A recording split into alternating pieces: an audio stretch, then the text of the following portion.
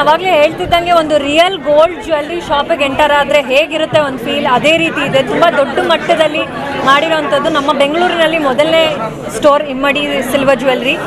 Sir Ramesh Immadi ಸರ್ಗೆ congratulations. 9ನೇ store 9th store open ಮಾಡ್ತಿರೋದು ಆ್ಯಂಡ್ ಮೊದಲನೇದಾಗಿ ಕರ್ನಾಟಕದಲ್ಲಿ ಬರ್ತಾ ಇರೋದು. ಸೊ ಇನ್ನಷ್ಟು ಮತ್ತಷ್ಟು ಸ್ಟೋರ್ಸ್ ಓಪನ್ ಆಗಲಿ and thank you for having me.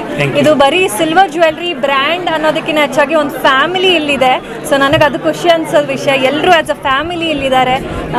So ಖುಷಿ ಆಗುತ್ತೆ ಈ ಥರದ್ದು ಒಂದು ಫ್ಯಾಮಿಲಿ ಬಿಸ್ನೆಸ್ ರನ್ ಆಗುವಂಥದ್ದು. ಆ್ಯಂಡ್ ನನ್ನ ಕಡೆಯಿಂದ best wishes to each and everybody. ಇಲ್ಲಿ ಫ್ರಾಂಚೈಸಿ ತೊಗೊಂಡಿರೋ ತುಂಬ ಚೆನ್ನಾಗಿದೆ. ನನಗೆ ಎಸ್ಪೆಷಲಿ ಈ ಥರ ವಿಕ್ಟೋರಿಯನ್ ಕಲೆಕ್ಷನ್ಸ್ ತುಂಬ ಇಷ್ಟ ಆಗುತ್ತೆ.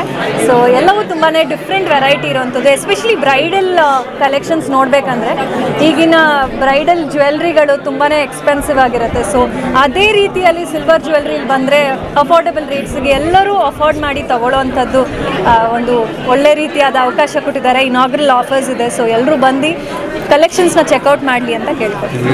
ಸರಿ, ಸುಮಾರು 75,000 ಡಿಸೈನ್ಸ್ಗಳು ಇದುವರೆಗೂ ಇದೆ. ಪ್ರತಿಯೊಂದು ಸೀಸನ್ಗೂ 4,000 to 5,000 ಹೊಸ ಡಿಸೈನ್ಗಳನ್ನು ಲಾಂಚ್ ಮಾಡ್ತಾ ಇರ್ತೀವಿ.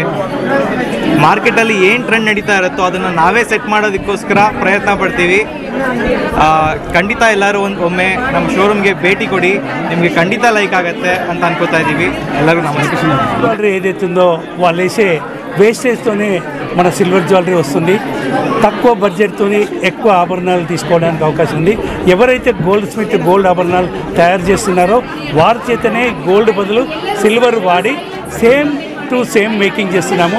ఓన్లీ గోల్డ్కు దీనికి ఏమి తేడా ఉండదు. సేమ్ అది వర్క్ అయిపోయిన తర్వాత మనం గోల్డ్ పాలిష్తోని మార్కెట్లోకి తీసుకొచ్చాము. మనకు సేఫ్టీ వైజ్ కానీ ఇప్పుడు గోల్డ్ ప్రైస్ చాలా పెరిగింది.